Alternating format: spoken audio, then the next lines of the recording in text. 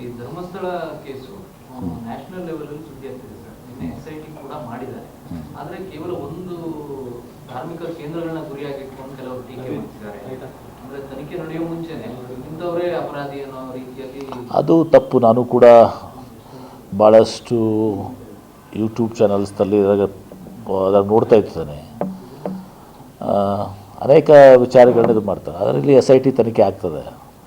So ಹೀಗಾಗಿ ತನಿಖೆ ಮುಗಿಯುವವರೆಗೂ ಕೂಡ ಯಾವುದೇ ಒಂದು ಊಹಾಪೋಹ ಆಗಲಿ ಅಥವಾ ಯಾವುದೇ ಒಂದು ಆ್ಯಂಗಲ್ನಲ್ಲಿ ಸಹ ಜನ ವಿಚಾರ ಮಾಡೋದು ಅದು ತಪ್ಪು. ತನಿಖೆ ಆದಮೇಲೆ ಸತ್ಯಾಸತ್ಯತೆ ಬರಲಿ ಬರ್ತದೆ.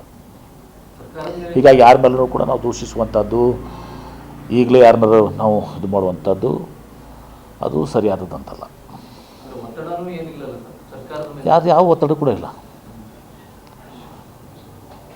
ಯಾವ ಒತ್ತಡಗಳು ಕೂಡ ಇಲ್ಲ. ಬಿಜೆಪಿಯವರು ಹೇಳ್ತಾರೆ ಮಂಜುನಾಥನ್ ಶಾಪೆ ಸರ್ಕಾರಕ್ಕೆ ಬಿಡಲ್ಲ, ಬರೀ ಹಿಂದೂ ಧಾರ್ಮಿಕ ಕೇಂದ್ರಗಳ ಬಗ್ಗೆನೇ ಈ ಸರ್ಕಾರಕ್ಕೆ. ನೋಡಿ, ಇಂಥ ಒಂದು ಬೆಳವಣಿಗೆ ಇರುತ್ತಂದು ವಿಶೇಷವಾಗಿರಲಿ. ಇವೆಲ್ಲ ಆದಮೇಲೆ ಸರ್ಕಾರ ಕೂತ್ರೆ ಏನಂತೀರ ನೀವು? ಇದರರ್ಥ ನಾವು SIT ರಚನೆ ಮಾಡಿದ್ದಾಗಲಿ ಅಥವಾ ಸರ್ಕಾರ ಯಾರ ಮೇಲಾದರೂ ಕೂಡ ನಾವು ಬೆರಳು ಮಾಡಿ ತೋರಿಸ್ತಾ ಇಲ್ಲ.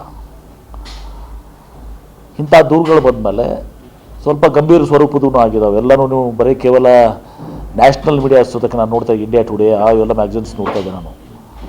ಎಲ್ಲರೂ ಕೂಡ ಇವತ್ತು ಸಹ ಇದ್ರ ಬಗ್ಗೆ ಬರೀತಾ ಇದ್ದಾರೆ.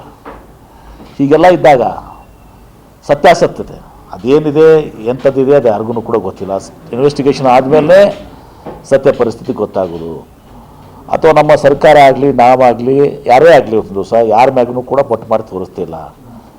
ಹೀಗಾಗಿ ಇವ್ರು ಯಾಕೆ ಅದನ್ನು ಒಯ್ದು ಮಂಜುನಾಥ್ಗೆ ಹಚ್ಚುವಂಥ ಕೆಲಸ ಮಾಡ್ತಾರೆ? ಇದು BJP ಅವರು ಇದರಲ್ಲಿ ಕೂಡ ರಾಜಕೀಯ ಮಾಡಲಿಕ್ಕೆ ಬಯಸಿದ್ದಾರೆ. ಸೊ ಹಾಗೆ ನಾವು ಯಾರನ್ನೂ ಕೂಡ ದೂಷಿಸುವಂಥದ್ದು ಬೆರಳು ಮಾಡಿ ತೋರಿಸುವಂಥದ್ದು ಮಾಡಿಲ್ಲಲ್ಲ.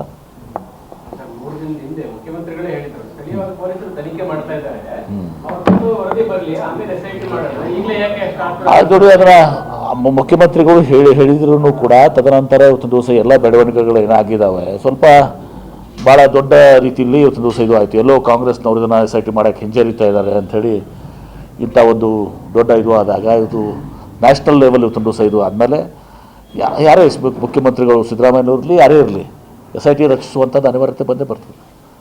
ಹೀಗಾಗಿ SIT ರಚನೆ ಮಾಡಿ, ಇದರ ಅರ್ಥ SIT ರಚನೆ ಮಾಡಿ ಯಾರನ್ನೇ ನಾವು ಗುರಿಯಾಗಿ ಇಟ್ಟುಕೊಂಡು ಅಂತ ಮಾಡುವಂಥ ಕೆಲಸ ನಮ್ಮದು ಯಾವುದೂ ಉದ್ದೇಶ ಇಲ್ಲ. ಆ SIT ಇದರಲ್ಲಿ ಇವತ್ತು ದಿವಸ ಏನು ಸತ್ಯ ಹೊರಗೆ ಬರ್ತದೆ ಅದು ಸತ್ಯ ಇರ್ತದೆ. ಹೀಗಾಗಿ ನೀವು ಯಾಕೆ ಅದರ ಯಾರನ್ನೋ ಕಡೆ ಬಟ್ಟೆ ಮಾಡಿ ತೋರಿಸುವಂಥ ಕೆಲಸ ಮಾಡ್ತಾಯಿದ್ದೀರಿ? BJP ಅವರು ಮಾಡ್ತಾಯಿದ್ರು ಬಟ್ಟೆ ಮಾಡಿ ತೋರಿಸುವಂಥ ಕೆಲಸ. ಈಗ ಮಂಜುನಾಥೇಶ್ವರ ಕಡೆ ಬಟ್ಟೆ ಮಾಡಿ ತೋರಿಸುವಂಥದ್ದು ಯಾರು ಮಾಡಿದಾರ?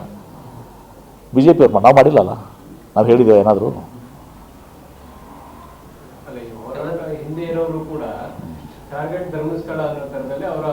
ಅವ್ರು ಯಾರು ನೋಡ್ರಿ, ಯಾರು ಟಾರ್ಗೆಟ್ ಮಾಡೋಕ್ಕಾಗಲ್ಲ.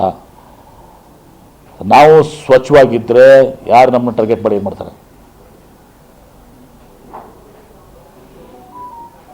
ಟಾರ್ಗೆಟ್ ಮಾಡಿದ್ದು ಸತ್ಯಾಸತ್ಯ SIT ಎನ್ಕ್ವೈರಿ ಗೊತ್ತಾಗುತ್ತಲ್ಲ. ಹೀಗಾಗಿ ನಮ್ಮ ಉದ್ದೇಶ ಯಾರನ್ನೂ ಕೂಡ ಟಾರ್ಗೆಟ್ ಮಾಡೋದಿಲ್ಲ. ಇವತ್ತು ಧರ್ಮಸ್ಥಳ ಕ್ಷೇತ್ರ ಅತ್ಯಂತ ಪವಿತ್ರವಾದಂಥ ಕ್ಷೇತ್ರ, ಅಲ್ಲೆಲ್ಲರೂ ಕೂಡ ನಾವು ನಡ್ಕೋತೀವಿ. ಎಷ್ಟೋ ಇವತ್ತೊಂದು ಸಂದರ್ಭದಲ್ಲಿ ಹೋಗಿ ಮಂಜುನಾಥೇಶ್ವರನ ಹತ್ರ ನಾವು ಪ್ರಮಾಣ ಮಾಡಿ ಇವತ್ತೊಂದು ದಿವಸ ನಾವು ಸತ್ಯವನ್ನು ಹೇಳ್ತೀವಿ. ಹೀಗಿದ್ದಾಗ ಅಲ್ಲಿ ಯಾರ ಮೇಲೆ ಟಾರ್ಗೆಟ್ ಮಾಡುವಂಥದ್ದಾಗಲಿ ಇದು ಮಾಡುವಂಥದ್ದು ಅದು ಆಗೋದಿಲ್ಲ. ಆ ಕೆಲಸಕ್ಕೆ ನಮ್ಮ ಸರ್ಕಾರ ಯಾವುದೇ ಪ್ರೋತ್ಸಾಹ ಕೊಡ್ತಾ ಇಲ್ಲ.